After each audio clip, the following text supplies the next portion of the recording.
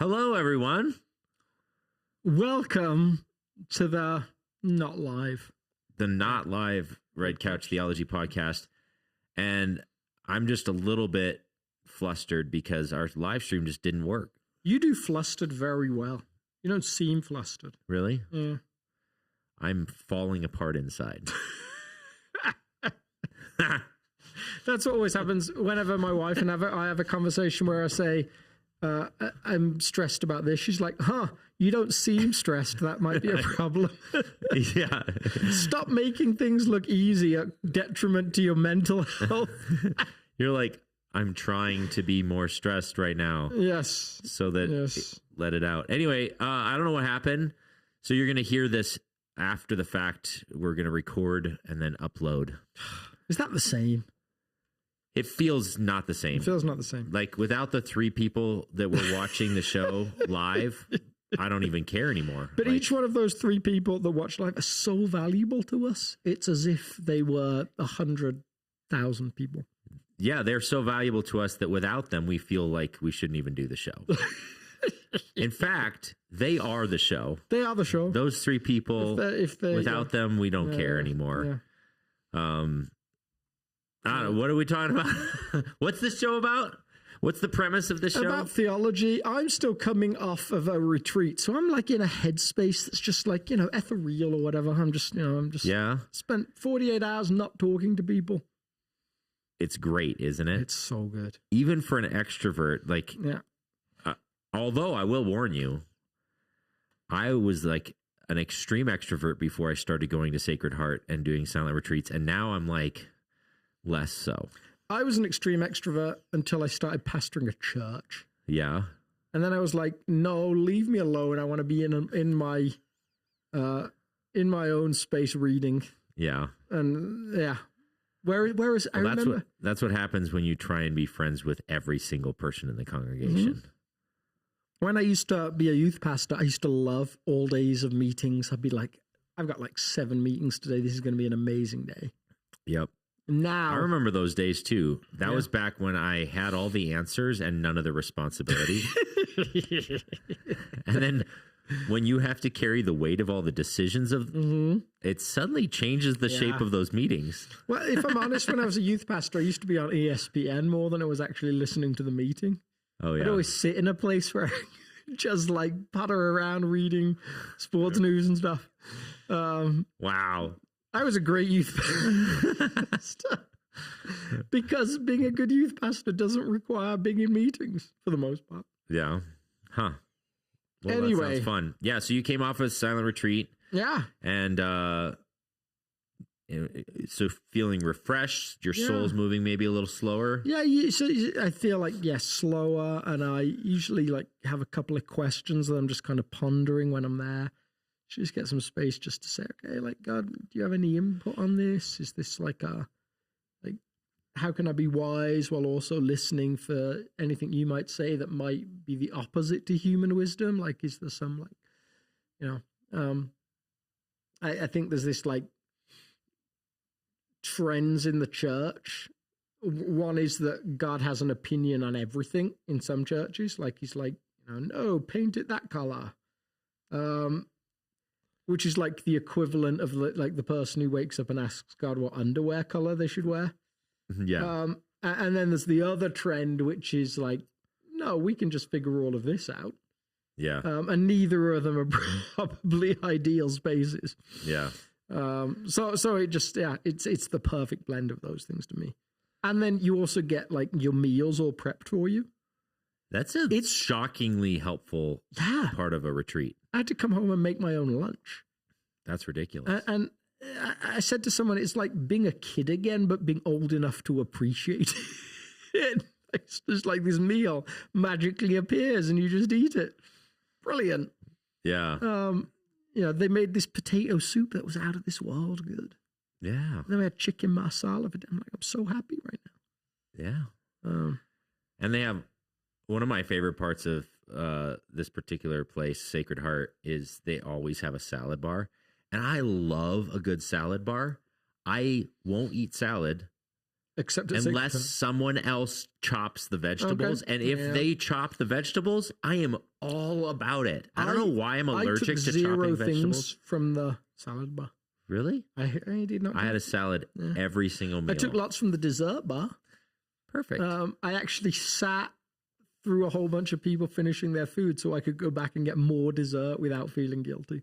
Nice. And then you went back to want it? I'll eat it. And then you went back to your room and prayed to the Lord. Why do I feel so much shame around my dessert consumption? I felt no shame. No shame. So if you've never been to Sacred Heart Retreat Center, they would love to have you come stay for the bargain price of $120 a night. It's a gift to the soul to get away and have. I think they even have like some quotes about like the gift of silence around the facility, and it is. It's a gift because think about this.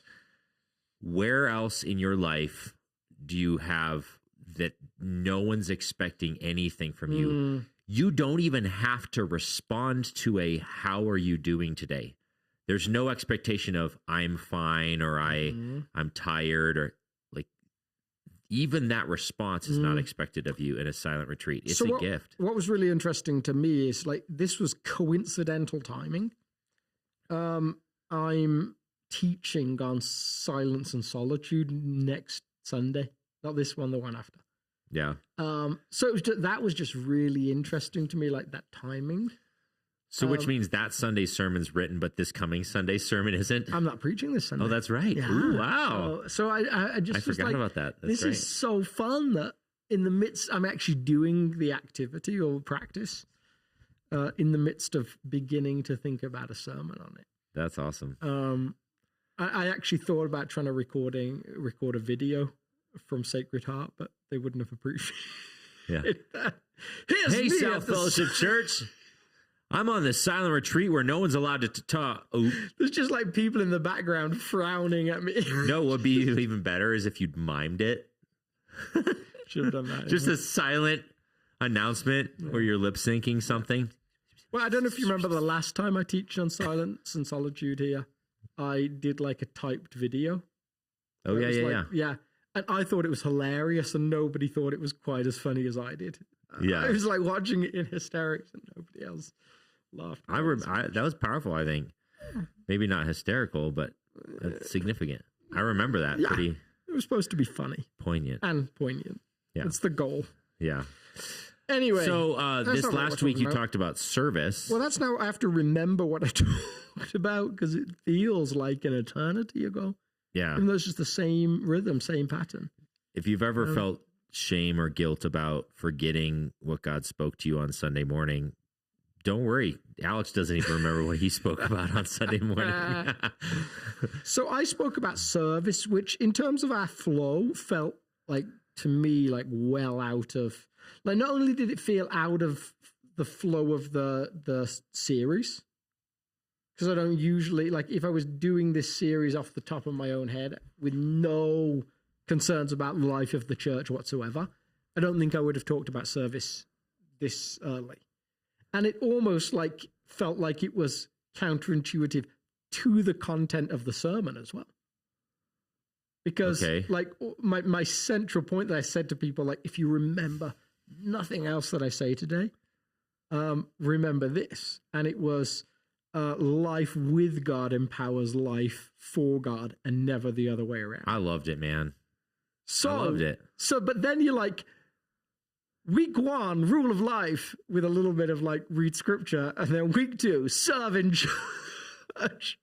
So like it felt like but that's not what you said. What you said was life with God fuels life for God. Yeah, but that's which is why it was actually palpable and powerful, and actually felt more invitational, at least in my mind, than the expectation, the serving, like, if you're not doing this, you're a bad Christian kind of thing. It's actually felt invitational because you're like, oh yeah, that's and I did try to clarify, like, because I do think if you would just take, and this is why again we talk about this all the time, if you just take a microcosm of Jesus' teaching, there's a danger you just lift it out of its context and it says maybe something that you didn't see. He didn't say.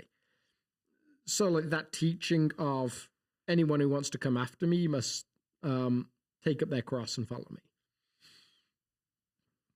The danger is that when you read it further through and it says that, one day the Son of Man will come with his angels and he'll reward those for what they have done. It sends you into this spin of, man, I got to do more stuff. Like, there's no way I'm doing enough stuff at all. It's like that. I was such a procrastinator before I did my theology degree in every work environment, every school environment before that. I would wait until the last minute and I would figure out like, okay, this is how long I've got to do this. This is how long I can spend on each paper. There was one time, actually, this was like still in that phase, first year of my degree. I wrote 3 papers in 5 days that were like a couple of thousand words each from scratch because I'd left it as late as possible and was like, I just got to get through this now. Mm-hmm. So like that feeling of like, I've got so much to do, I've got so much to do would be what we would probably take away from that passage if we just read it as it was. Yeah. But then like when you put it into the context of the story before it and the 2 stories after it, I think it makes a lot more sense. Which is absolutely. Yeah. Yeah. And you talked about like this push-pull between like the mountaintop experience and the down in the valley experience of like, so unpack that a little bit. Like, so for you Bible nerds out there, interestingly, chapter 16 and chapter 17 they're almost an exact mirror of each other. Like mountaintop revelatory experience. Jesus says to the disciples, who do people say I am? And then he says, who do you say I am? And Peter has this moment of revelation where he's like, oh, you're the Christ, the Son of the living God. And then there's this like whole question around like service. Like, what are you doing? This is what it costs to follow me. Yeah. And then in chapter 17, there's this mountaintop experience followed by this like act of service for someone that immediately follows it. Yeah. So there's no breather for Jesus in coming down from the mountaintop. And one of the things I hoped I got across on Sunday, but I'm not sure I did, is that there's this tension of like, who is this mountaintop experience for?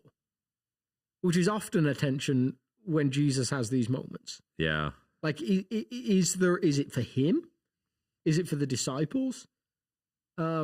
Is this like moment of refreshing? And like, there's another passage, I think is after, at the end of the Gethsemane passage, maybe in Luke, it says, and the angels came and ministered to him. Yeah. There's almost like this heavenly interaction, which for Jesus, now removed from heaven, living on earth, is almost this like, it's almost like a Sacred Heart experience. Yeah. Like, thank goodness. Please don't make me go back. So like, who is it for? Is this kind of like interesting question? But that like, whatever it is, it's a gift. And then the text says, as they came down the mountain, someone comes and grabs him and says, I really need your help. Yeah. So there's like mountaintop serving, like two chapters in a row. Yeah. Which those kind of patterns, first century reader, second century reader, just a lot better at picking up on those things than we are. Yeah. Because we tend to dive into, and the fact that there's a chapter break kills it. Yeah, for us, it's like, this is a different thing, right? Yeah. But quite often it's some of those chapter breaks are in weird places. Yeah. They were developed, so much later in the game. And, we've learned more about the context and overlap of these chapters over the years of God's gift of giving us the scriptures, that now maybe those chapter breaks would fall differently. But the scriptures are so cohesive that it'd be almost impossible to place a chapter break properly. Yeah, totally. So I think I did begin, you're right, with this invite to a mountaintop, like this reiteration of that comes first, which this is why to me it felt like it was out of place. So many of the other Weeks in a Rule of Life series are invitations there. Yeah. It's like, come to the mountaintop, come to the mountaintop, come to the mountaintop. This week, Peter will talk about prayer. The week after, I'll talk about silence and solitude. Those are very much, especially like silence and solitude. Like if you think about like the Elijah story, very much that space of like alone on a mountain with God. Yeah. And the mountain is usually not, it doesn't usually have to be a mountain, I don't think. But thin spaces. Yeah, I mean, like, even in the Bible Project series about mountains, like they talk about how Mount Zion is not even the tallest mountain within like a 2-mile radius. No, it's really not. It's like there's another one bigger right there. Yeah.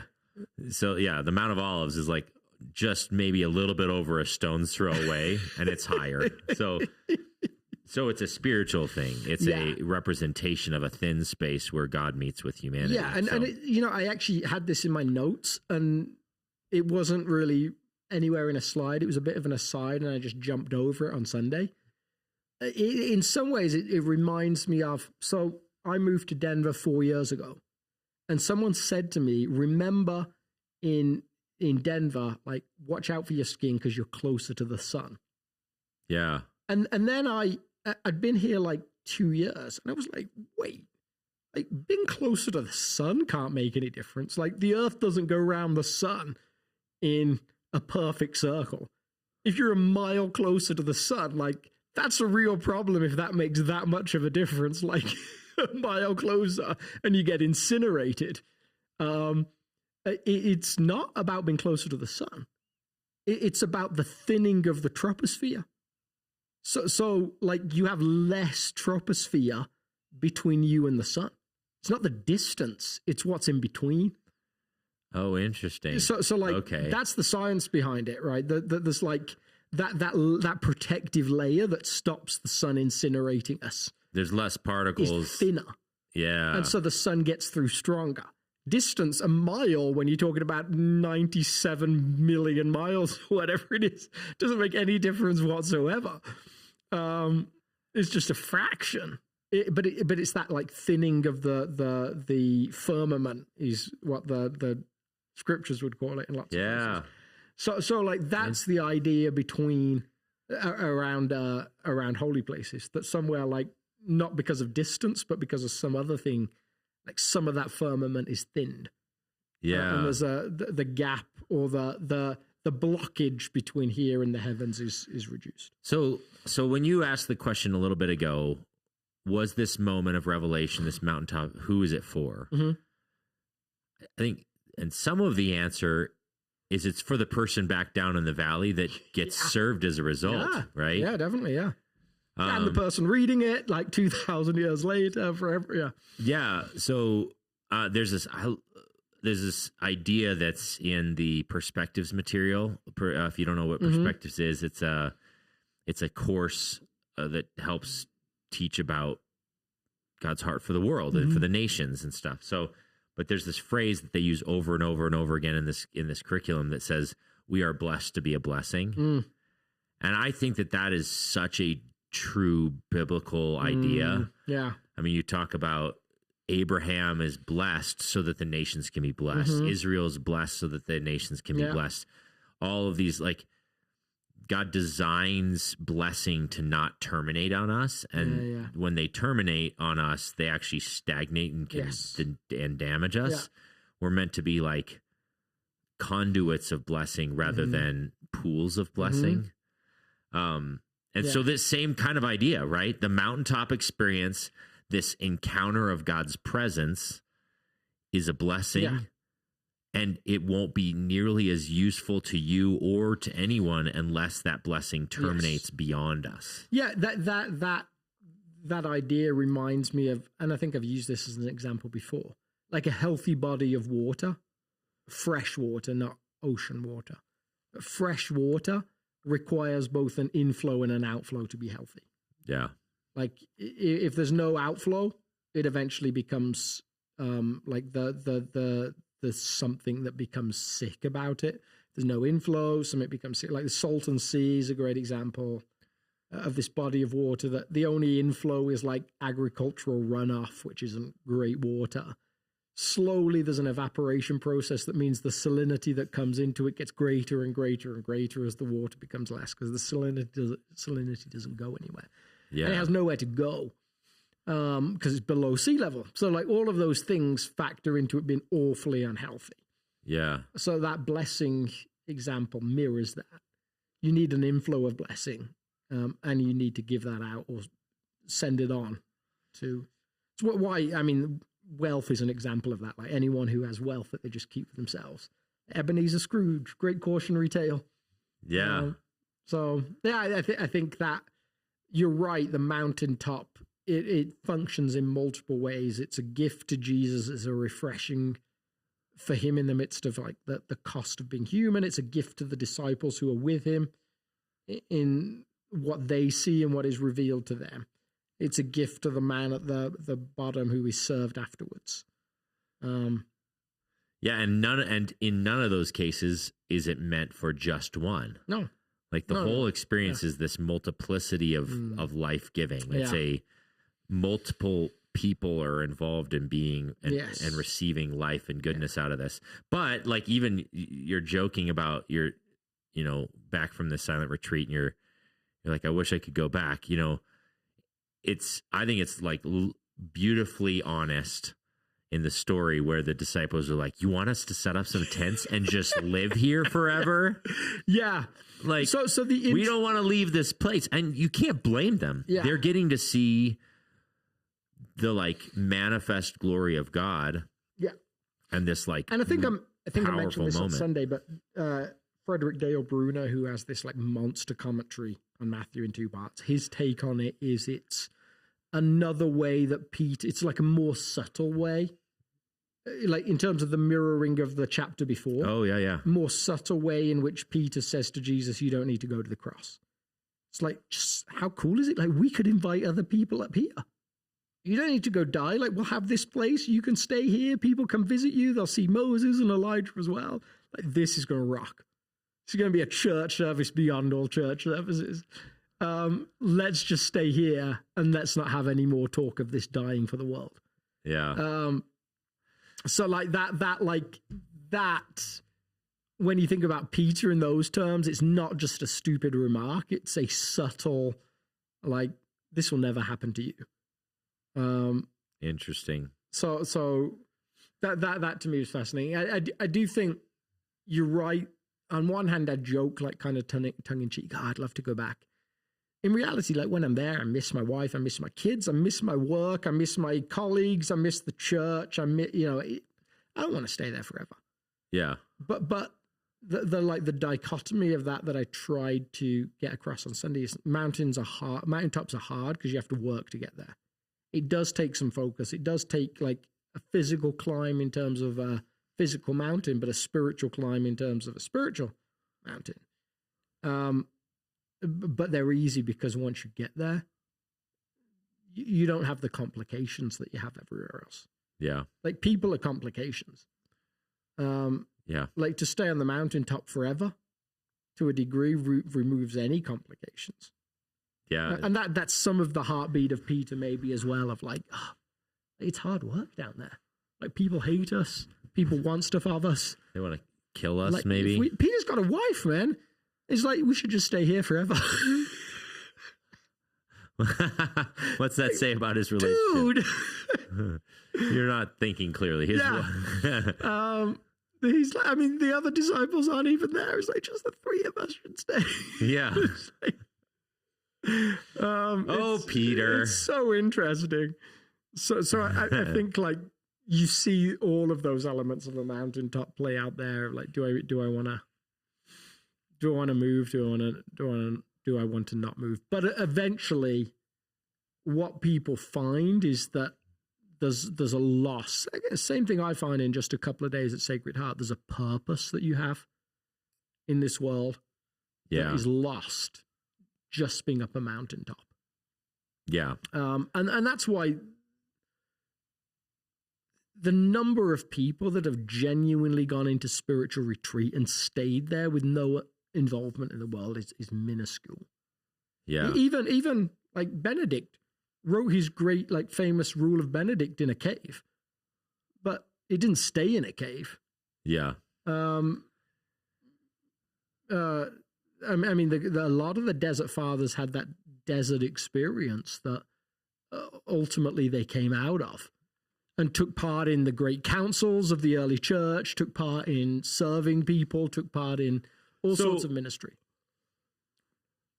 So is the counterintuitive of your message Sunday was this idea of like, okay, even right now in the season of the church that we're in this season of next steps, like getting involved, serving, getting into a group, engaging the community, all of this stuff. And the counterintuitive of your message was that the key to doing that well is to figure out how to properly be with God. Yeah, and I don't know if you ever do this when you're preaching, but like sometimes, like for me, the contemplation is like, what am I worried that people will think they heard? Like, is there something that is there like a shadow side to this that I'm worried like that's what people will take away? And if this message had a shadow side, it would have been, oh yeah, it's not time for me to serve yet. I need to do some mountaintop stuff. Like I need to go. Now, counterintuitively, like so many people, like this isn't a linear progression. This isn't this isn't like a jumping through the hoops of get your degree first, so then you can get your master's degree, so then you can practice doing whatever. Like this is a spiritual realm. And so some people find their initial mountaintop experiences in the midst of serving. I actually nearly told another story that I was going to parallel with the story of the monks. Yeah. And how they like have this retreat space up on the top of the mountain in Santa Barbara. Through the fire in 2007, they ended up living in the city and prefer it because they get to be involved in the life of their city and be a gift to this city. When I was in Haiti, I was visiting a school there, and this school was like just cement brick, 4 stories high, just very bare bones. And as you walked through the door, you just entered into this like concrete area of maybe like 8 foot by 8 foot. And off to the right of it, there's a room that's maybe 20 foot by 30 foot. Just a dirt space. And there's probably about 70 to 80 of us playing soccer in this space. Like, I mean, like as soon as you got the ball, there's like 20 Haitian kids that literally just jump you. Just like you got maybe 2 kicks in and the ball's just disappeared off somewhere. And you've got like sweat everywhere. It's covered, so it's not an open space. It's just like there's bits of trash dotted around and stuff like that. And I remember this moment of like finally escaping a pile of about 10 to 12 Haitian kids. Been like, I feel like God is in this space in a way that he's been in very few spaces I've been in recently, like this. Like I wasn't there looking for a mountaintop. I was there believing my role was to serve, but somewhere in the midst of it, there was like this sense of, oh yes, this is purpose, and this is God meeting me in the middle of that. Yeah, that's powerful. So like I think like if your takeaway was, oh yeah, I can put serving off for a good couple of years looking for a mountaintop somewhere. That probably wasn't what I wanted to say, or what I think Scripture says. I mean, you think about these disciples; they go up on this mountaintop experience, but they've been involved serving with Jesus for like a couple of years at this point, maybe. Yeah. Without a mountaintop experience. In actual fact, all of them follow him without a mountaintop experience, except maybe Nathaniel has that sense of like, some sort of bigger, some sense of Jesus like revealing something about him. It's fascinating. Like this relationship between guilt and shame that I'm not doing enough, or guilt and shame that I'm not with God enough and experiencing the spiritual thing enough. So like the happy sweet spot of the way of Jesus is an invitation to say, it's not about a rule or a regulation in either of those spaces. Mm-hmm. So, like, talk about that. Like, where's the rule of life, this relationship between rules and regulations and a rule of life in the area of service? Yeah. Why would serving make a list of a rule of life without it being a rule in the guilt shame sense? Yeah. So I think it's so important that when people hear a rule of life, they hear a rule that bends. Like, it doesn't have like the concreteness that our experience of rules in the world around us usually does. Yeah. Like, so we grew up being told by parents, these are the rules. We go to a workplace and we're told these are the rules.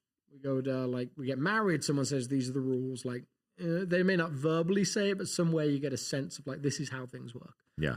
And There's expectations. A rule of life is designed to bend around you and your life while also giving it the support that it needs. So you could write a rule of life and be like, this didn't work. But I think there's this overarching idea of my rule of life is designed to make sure I incorporate other things that give my life value and help it make sense. So for me, serving has been both mountaintop and sense of purpose so often.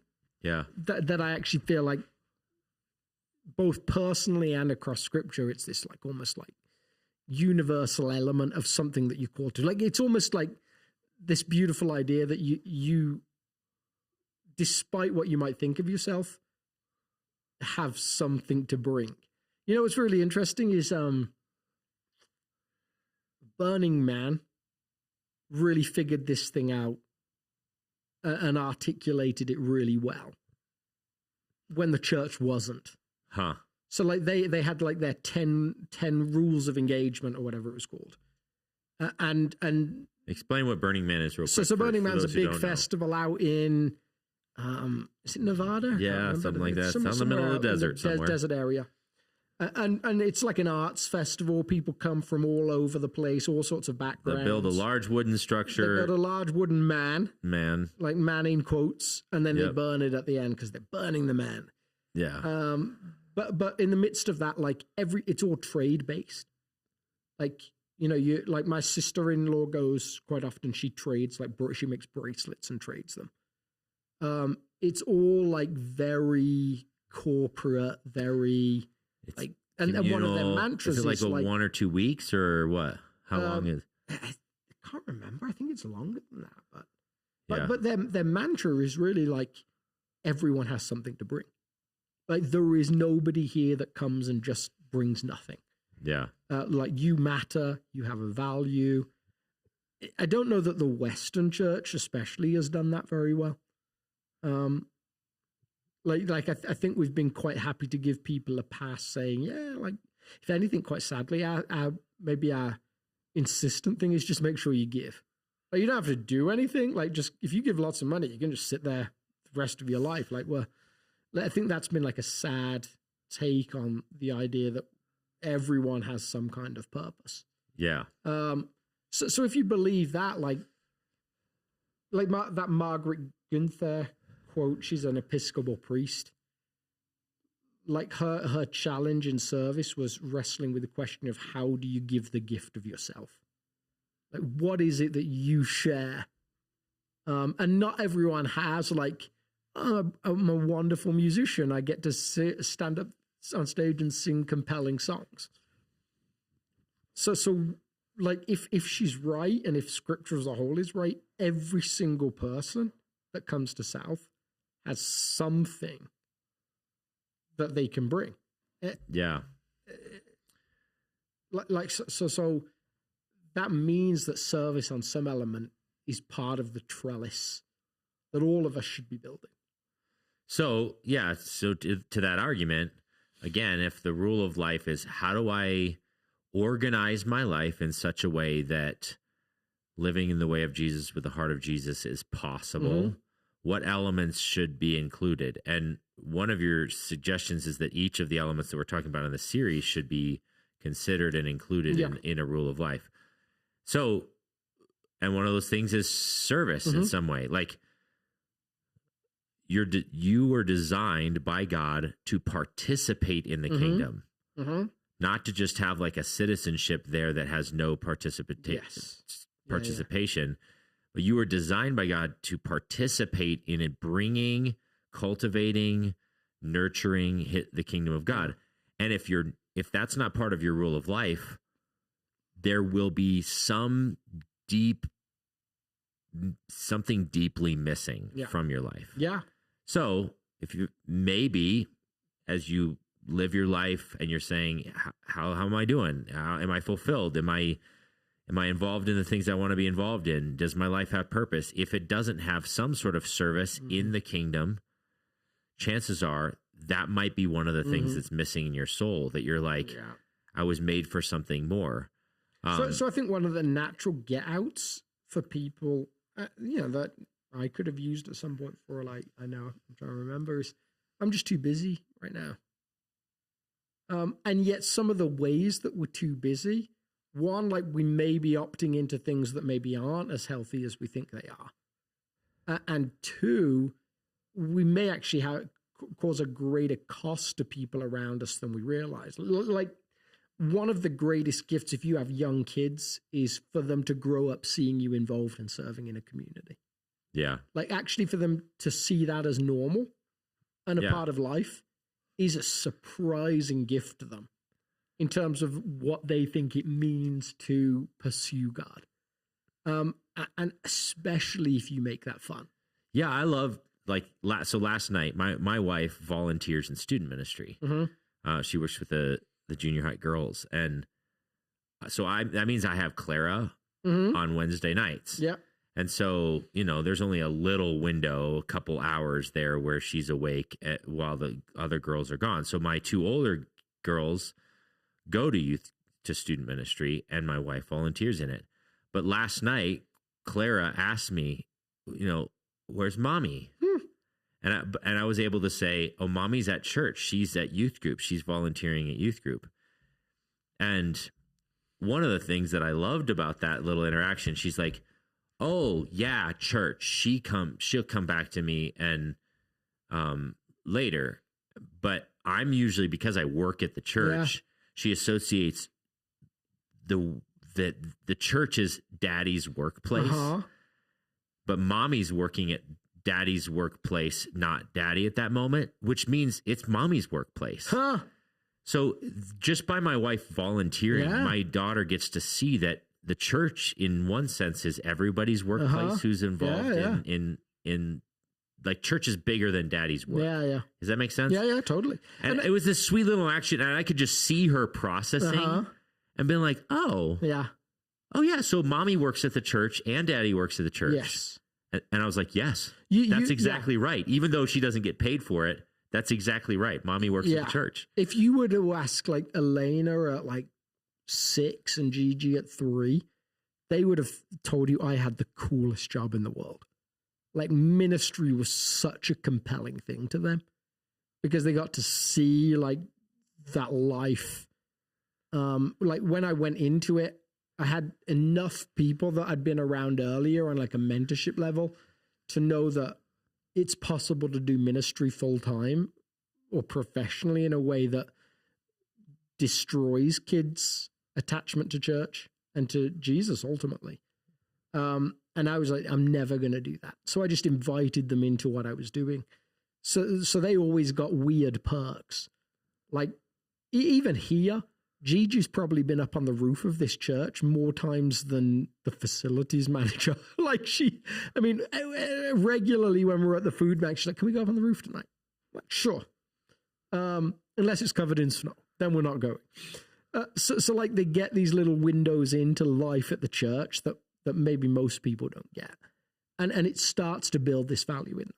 But you don't have to be a pastor to do that. We've got a couple of families that come to mind that this next week there's going to be 15 families on the roof of the church. We've got a couple of families that I just think do this in really beautiful ways. Like the Weavers, I always see doing this, like, just like their involvement in Kidsmen together. The Wisemans, I think, do this with like the food bank. Like there's this commonality with them. Yep. Where they're like, no, we're doing this together. And their kids will be the richer for it. And so it's quite surprising the number of people that you hear like give sermons on service that are like, yeah, I watched my parents do that really early on. And it was now there's always bad ways to do that. Like you can, I think my dad felt like my granddad. He would come home and he'd get home late from work and be like, right, I'm going to the prayer meeting. And so there was this sense of like, wait, you just got here. So how you manage those things, but my encouragement would be, don't write off being involved serving in a church just because I have young kids or just because of this time of life, whatever that might be for you. Yeah. There'll be times where it feels easier and times where it feels harder. But I think there's no time where it's not rewarding for people in a surprising way. Yeah. And there's ways to participate in serving in the kingdom that are even outside of the official quote unquote sanctioned or definitely programming, because it's the church being the church. So a lot of the outreach activities connected with the church are not necessarily run by our staff. That's fine. Yeah. If we're bringing the kingdom to our community through a nonprofit and a partnership with Graceful Cafe or something like that, that is absolutely part of what it means to be South Fellowship Church in our local community. So, hopefully you can hear this as an invitation into something that's good and beautiful and healthy for your soul. But I also love that the way you brought the message, that it's a reminder that, hey, if it's draining, maybe one of the things you need to do is seek the mountain, either in the midst of serving or get away and replenish and fill up spiritually, rather than just constantly just grabbing the bottom of the barrel of energy and obligation and shame and guilt, and then wondering why you're not getting as much life out of the serving that you are doing. Some of us need to serve more. Because we're not engaged. Some of us might need to step back and go on a retreat and take a break from serving. Yeah, definitely. So, and I think the church as a whole, like I think there's ways we can grow and get better in finding ways to invite people in. I remember listening to Patrick Lencioni, the leadership guru. I mean, he's probably the best known speaker on leadership and organizational development of the last 50 years. Maybe. And he's serious guy. Yeah. Gets paid $100,000 to go and speak to these huge companies. Most of these companies are Fortune 500 companies and stuff that he goes and teaches. And he said he's a really devout Catholic, and he went to his local parish and said, I'd love to help. And the priest in charge said to him, well, yeah, we really need someone to help put out the chairs on Saturday. And he was like, I'm not above that. If that's the best way I can help, but there are some gifts I have that I might be able to offer that might help. Just on a level that's different that maybe other people can't do. You might have 200 people that could put out the chairs. I might be able to bring something that maybe only I can bring. And the priest was like, no, we really just need someone to put out the chairs. So he went to the bishop of the area and said, well, I'd love to help if I can, bring some of the things that I've learned over the years and some of the things I teach. And the bishop was like, yeah, that's definitely happening. So he went to the priest in charge and said, no, you're going to have him do these lectures. And in actual fact, our whole diocese is going to have him do these series of lectures. When we have people that have specific giftings and not always perfect in helping find ways for them to bring some of those unique gifts. Which I think will constantly be, every church will constantly have to grow in. Absolutely. Well, if there's any final word for someone that's midweek, maybe they're listening to this episode and they're like, oh, that's right, I remember his message. Okay, great. Now, maybe remind them what's the one thing you want them to walk away. You told them a one thing Sunday, so is it the same? Yes. It's the same thing? Yeah. I mean, life with God is always the thing that empowers life for God. And it gets very draining when it's the other way around. It's not doable the other way around. At least not long term. Yeah. You end up trying to convince God that you matter because of what you do, which is never healthy, right? Yeah. It's like antithetical to the gospel. Yeah. But beyond that, find a space to be involved. Like, and if you want some ideas, kids ministry is always a place where we meet new people. Welcome if you are someone who can make the decision to be friendly and welcome someone in. It doesn't have to be natural to you. You just have to want to see people welcomed home, like the gospel suggests they're welcomed home. Yeah. Those are two easy areas to jump into. Awesome. All right. Well, we're going to sign off now, and then I've got to figure out how to upload this. Like, the amount of work that this little glitch created for me is astronomical. It might take me 10 minutes to upload this episode. Ridiculous. You guys should pray for me. You know what I need? I need a volunteer to upload this. You seem like you need a silent retreat. I do, actually. I really do. I was just talking to my wife about that very thing. All right. We love y'all. See you guys. Bye.